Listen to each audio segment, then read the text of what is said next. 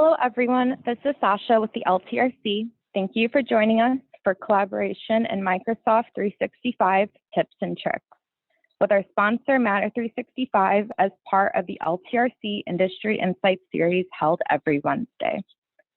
Our speaker today is Rohit Parekh. Mr. Parekh is a registered trademark agent and practices intellectual property law. In addition to the practice of law, Mr. Parekh develops and implements processes and workflow solutions for legal services to maximize efficiency and value to the client. Mr. Parekh is a frequent speaker on the use of technology and the practice of law. Thank you all for joining us. We'll now begin the webinar.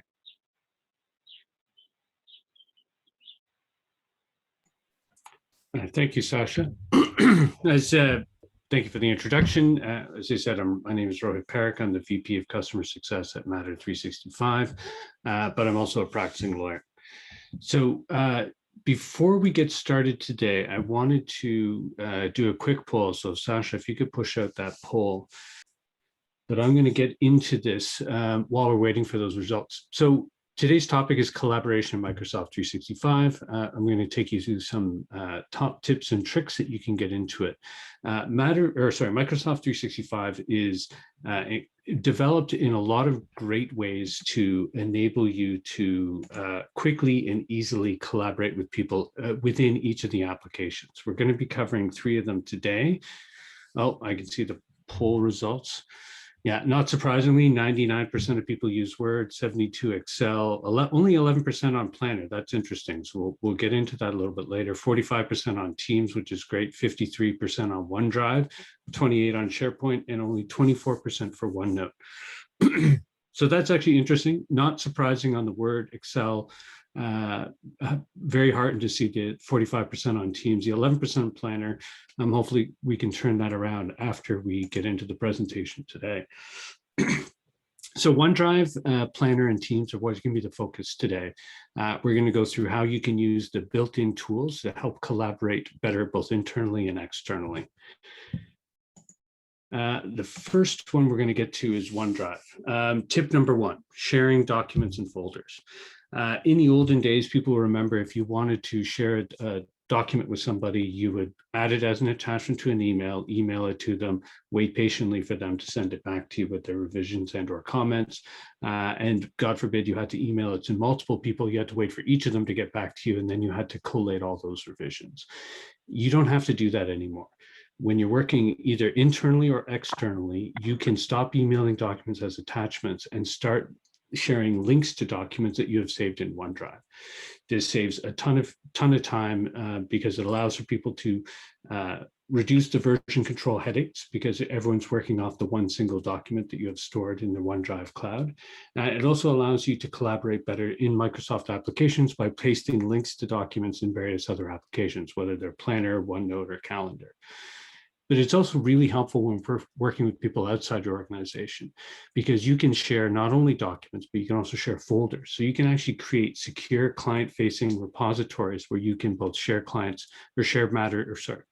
share documents with your client as well as have them share with you, because we all know that emailing documents is not the most secure way of communicating. But in sharing these folders and documents, you can also manage permissions to make sure there's only a single source of truth and people can only do as much as you allow them to. So again, what are the benefits of sharing? It means that everybody's working on the same document. There isn't multiple versions of the document in the ether that you then have to track and find to make sure you're on the most recent one. Simultaneous editing means you can truly collaborate within the documents themselves, because you can not only both be logged into the document, you can see the edits that other people are making in real time. So there's no more waiting to see if to wait for someone to complete their revisions before you can start making edits. And my favorite is no more hunting in your inbox for the latest version of the document. The only and latest version of the document will always be in your OneDrive exactly where you left it. There's a bonus tip too, and we'll get to that when we get into the demo, but even after you've shared a link to a document or a folder, you can revoke that access at any time. And we'll get into that in a moment once we get into the demo. So how do you share documents? There's a common sharing dialog based out of OneDrive. So no matter where you're actually sharing it, whether from Outlook or from within Word or Excel itself, or from the OneDrive web app or desktop, you can use the same sharing dialog, and I'll get into that right now. So this is your OneDrive application. I'm in one of these shared libraries, but you can obviously do this from your My Files section as well. But if you do want to share a document, the easiest way of doing it is either you click on the document and hit share, and that'll pop up, or in these hit the ellipses at the edge of the document, and you can hit share again. And this is the common sharing dialog you're going to see whenever you're sharing from documents in OneDrive. There's different sets of permission you can give as to who's getting access, starting with the most permissive with anyone with the link, but I would strongly recommend that you turn that off in your SharePoint settings so that nobody has the ability to just send links out willy-nilly. Because anybody who has a copy, whether they are the first person who emailed or it gets forwarded to them, they will have access to the document. So that's not a secure way of doing it. The next least restrictive is the people in your organization with the link. So that's anybody within your law firm who has the same email domain as you. If they get the link, whether directly from you or from somebody else, they'll be able to access the document. A little bit more restrictive than that is people with existing access. So this is assuming you're in a SharePoint document repository or some other group where there's only limited access to that group. Only those people that have access to where that document is stored will be able to edit it. And the most restrictive is specific people. So this is what you would use generally when you want to send it to people outside your law firm, because it requires a two-factor authentication to get in. So you would send them a link to the document, they click on the link, it takes them to an email, they have to put a code that gets emailed to them as well. So this is what we recommend to people to use most often. When you are sharing and you put specific people, there's a few other options you still have, which is you can block people from editing the document. You can even block people from downloading, which means they're only going to get a read-only view. They can't save or print that document. But if you are going to allow them editing, you can limit that editing to, and this is my favorite feature, the review mode only, which means they can only leave comments. They can't actually change the text of the document. This is very helpful when you're negotiating a contract with a counterparty, or if you're involved in litigation or working on some terms of settlement or draft orders. But once you've determined who you're sharing it with and on what basis, you hit apply, you can then click here to put the person's email that you want to send it to. If they're outside your organization, they're going to prompt you to that. And then type in your message here. Where this will send a system-generated email. Some people are happy to do that. Other people prefer to send it directly from their own email. If you want to send it from your own email, you can click on the copy link button, then hit copy, and then when you go into your email, you would paste that link into the body, and you'll see that it's actually going to first put the whole link address, and then it's going to shrink it down to just the subject name, or sorry, just the document name. And if we do a right click on this, we can see that we can actually change those same settings. We get back to that same dialog that we saw before. It's the same way if you're actually attaching it directly from Outlook. When you hit attach, you have the ability to sort of pick the documents that you're working on most recently. If I click on this, again, it's going to show it up. And right now it's going to say how it's being sent, but I can go through and hit the manage access to change it if we want. So there's a number of different ways to do it.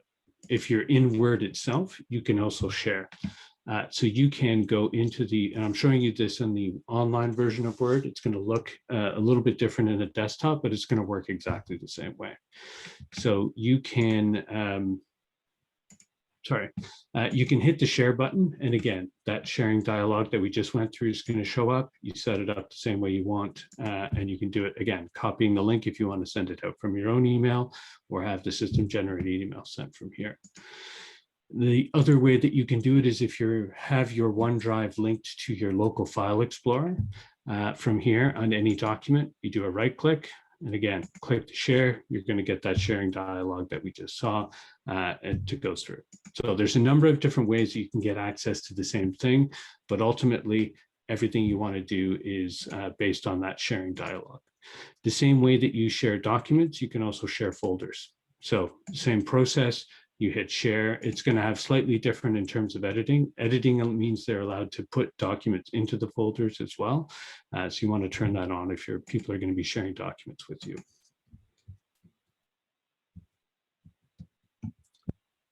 Oh, and here's a bonus tip. Once you start getting into this practice and you're going to be sharing documents and people are sharing documents with you, you may be tempted to go back into your email to find that location where they actually shared the link, but you don't have to.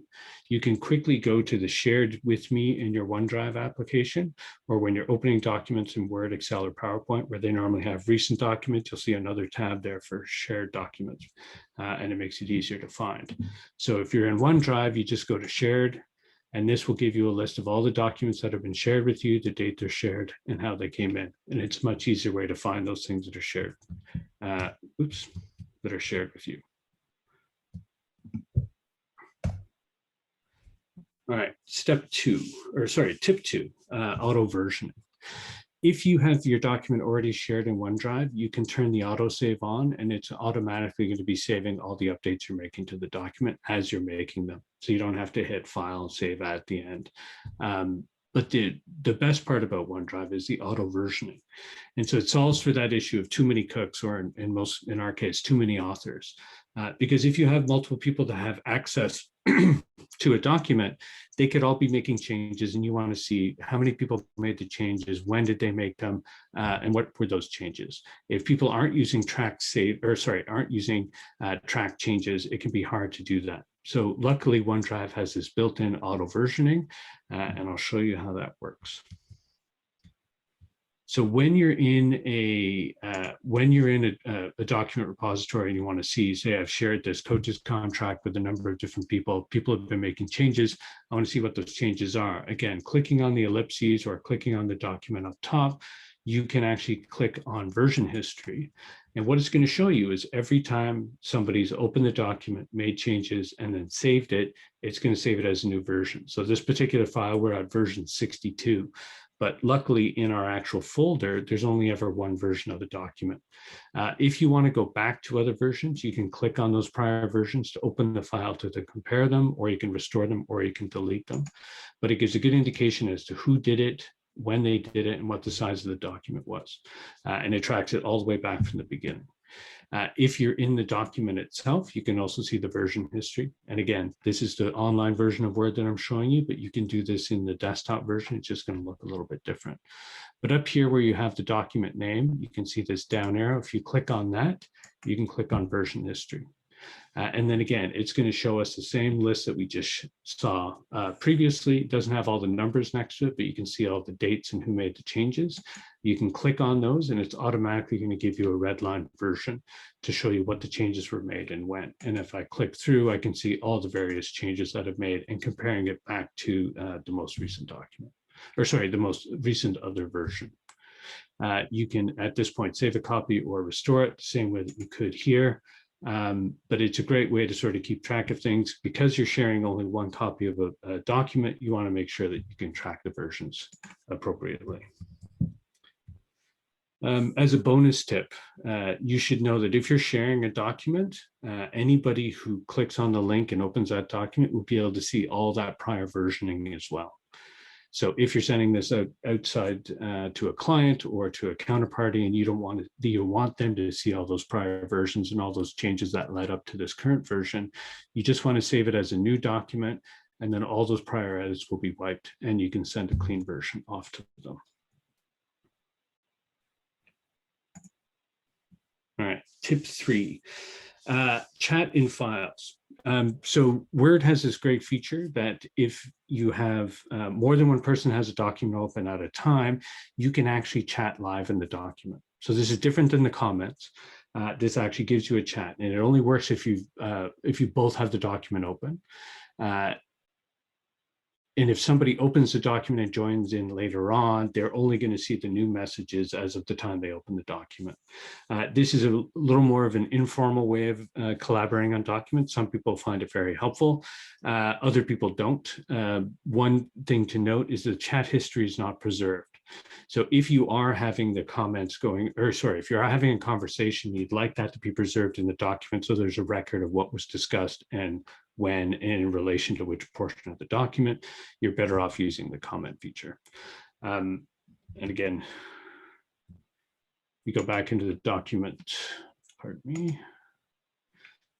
If you click on the comments, you can see that you can actually create new comments, and you can also mention people, which is very helpful, because if you mention someone in the comments, they're actually going to get a notification that you've mentioned them in a comment. They click on the link, it's going to take them directly to this document that you have saved into OneDrive and directly into the comment where they can then respond to it. So the commenting feature is come a long way in Word, but it's actually a super helpful way to collaborate both internally and externally. All right, so now we'll get to Planner. So not a lot of people are using Planner, and unfortunately I don't have time in this webinar to go into any serious detail. But if you'd like to know about how Planner can work for a law firm for matter management, go to the Matter 365 YouTube page, because I did a webinar on this last year, and you can see everything that you need to know about Planner and how you can use it as a matter management system. What I like about Planner is that it is a Kanban style project or matter management system. It's incredibly powerful and incredibly flexible, and allows you to both organize and assign all the tasks that are due on any particular matter or project. You can track deadlines. It reminds you of deadlines. You can communicate and collaborate within the application itself, as well as getting a very visual update on progress as to where a plan stands. It's also flexible enough that you can organize it any which way your firm is being organized. So you can have new plans for matters or larger tasks or lawyer, client, practice area, anything that works within your firm's organization. But the key part about Planner is assigning tasks and taking ownership for the things that need to be done. So tip 5 is assigning tasks. I'm going to take you to Planner in a second and show you how this is done. But when you create a plan, you want to add all the users, so all the people within your firm that need access to it, whether they're lawyers, paralegals, clerks, or assistants, add everybody as to the plan membership. And that way, once you've created all the tasks, you can then assign them to any of the members that need to get it done. Using that team approach, everybody can see what everyone else is doing, and it's also easier to see what everybody else is, if you're managing the file, to see what everybody else is up to and if anything's falling through the cracks. What helps you with that as well is the plan filters. So you can actually view the plan in a number of different ways, assign filters to sort of drill down to what's the most important. So I'll get to that in a second. So this is what Planner looks like, and the plan is as a Kanban style board. We've set this up as a sort of sample litigation file. You can see we've broken it down by various phases. So we've got the file opening, pleadings, expert collaboration, discovery. Within each of those phases, we've got different new card for every task. And within each of the cards or tasks, we have the subtasks listed as well. So the key parts of this in terms of collaborating, you get to assign these to the people you need working on the file. So all the membership will be listed up here, and you can add them or take them off the file as necessary, or off the task as necessary. But you can also put in the due date, set to priority, put your notes in here. But what I think is actually the key thing is that you can actually have this comment field, and this actually acts as a contextual communication tool. So you're not sending emails to people or sending random Teams chat message saying, hey, what's going on with that statement of claim? You can actually put your comment in here, and any comment that's filled in, once you hit send, it's going to be sent to anybody who's listed as assigned to the task. So you can actually use this as a way to collaborate and communicate back and forth. And when you get an email saying comments been made, you click on it, it's going to take you directly to this task within this plan, within Microsoft Planner. So there's no more hunting and searching to see what you have to, what a comment relates to. And as I said, once you get into the plan, you can see it in a lot of different ways. Perhaps there's too many things you don't want to keep track of. You can use this filter function to see, okay, I just want to see what's due this week. Oh, great, nothing's due this week. Let's see anything that's late. And then you can filter your view that way, or see just the things that are assigned to Dave and just the things that are late. And by applying the multiple filters, you can actually drill down to what's important. But you can clear them all if you want to get a full view of what everybody's up to. And again, I don't have, unfortunately, time in this webinar to get into Planner too much, but go check out the Matter 365 YouTube page, and you'll see more about Planner there. and now we get into Microsoft Teams. So it's great to see 45% of you are actually using Teams. I'm hoping that this will come as a little bit of review, but you'll also see some of the other things. For those who aren't using Teams, there's a couple key things that you want to start using if you're not, or key things to know about. First is the chat feature. This is a great way to do internal communications. Some people call it, Microsoft version of Slack, which I think does a little bit of disservice to Teams because it's much more than that. There's also the team section, where this is where you're trying to organize a larger group of people and need a little bit more organization, places to put things, which is different than the chat. You also have the availability to see your calendar in here, so you can quickly schedule meetings and join meetings when they're there. And there's also a great way that you can actually access files that have been shared with you either in Teams or in chat, and it can be done quite easily. But the first things I want to take you to are the settings. There's a way that you can actually log into multiple different Microsoft accounts. You can switch between the accounts easily. But what I think is the best part about Teams is the availability. So most cases, if you start using Teams more extensively within your law firm, people will take this available as a queue that they can call you or do a video chat with you or send you text. But if you're not available or you don't want to be disturbed, you can set that. And then people will know automatically. It'll show up next to your status that, do not disturb. It's going to change it to red. So anybody looking to connect with you will see that you're on red. So that's a great thing to have. The other thing you might want to change is the notification settings. Not everybody likes to receive a notification every time somebody posts something in a chat. So if you click on the main settings and notifications, you'll be able to adjust it to whatever you're comfortable with, depending on if you like to have your phone vibrate and your computer ding every 3 seconds or not, but you can adjust those here. All right, so tip 7 is generally related to chats. So this is what most people say the greatest benefit of Teams is that it gets your routine communication out of your email. So you can use your chats, you can set off one-on-one chats or even group chats with multiple participants, but it's a great way to get those routine communications out of your inbox and onto a system that's more designed for those type of quick or short communications. You can set up all sorts of different chats if you want. They can be set up by practice group, matters client, or just individual with people, or just ad hoc, however it works for you. But there's even ways you can share files and conversations and the attached documents to share things. So again, if you want a quick update on something from someone down the hall and just saying, hey, can you send me the latest copy of this document? You don't have to go looking for it. They can quickly share it with you.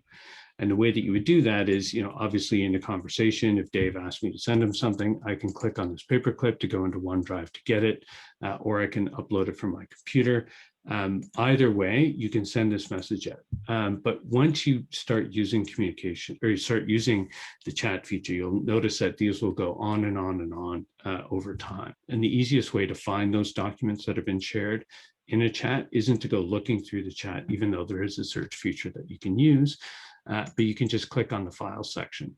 And this is where Teams will quickly aggregate any files that have been shared within a particular chat will be listed here. So it's a great way to sort of keep you from having to search all over. The next tip comes with Teams. So Teams are a little bit different than chat because they are used to collaborate with more people on a larger scale, and gives you much more organization of how you want to collaborate with people. Each team will include a specific set of users, and that's excuse me, and that can be set at obviously when you first set it up, but you can actually add and subtract people and manage the team as you go on. Again, you can organize these teams for whatever system makes sense for your firm. The great thing about Teams as well is that you can actually add a guest as a member. So these are people outside your law firm, whether that is a client or perhaps an outside expert witness. You can add different people and they can still collaborate with everybody. The one thing you should note is that if you're adding clients or external people with your teams, You may want to create a specific client-specific team or an expert collaboration-specific team, because otherwise they will get access to all of the internal communications and draft documents you might be sharing within that team site. So if you're setting up your team sites by matters, great. But if you want to invite a client to that, you might want to create a client-specific matter team that you can invite your client to, and then be more careful in how you're sharing the documents. And within each team, you can actually set up multiple channels, and these channels can be used to sort of create little subsites within the team. It helps create a division of topics or a different organization depending on what people are working on. But within each team, you can have these multiple channels. The default for all the channels will be the same as the team membership, but you can actually create a team channel that limits the membership to just a subset of the team. That's important if you have some people working, or if you want to keep some of the conversation private and away from the entire team membership. Each channel will not only have its own post or a channel chat, but you can also link other applications at the top of the channel window. I'll show you how to do that right now. So when you're in the actual team, I've set up a number of different teams in this example. So in this, Charles Dunn and Mel's the same one that we had set up with the planner.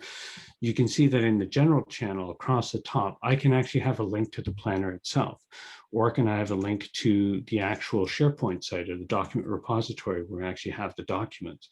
And you can quickly add different things onto it by searching on this tab. So you get access to not only Microsoft products, but all sorts of other products as well.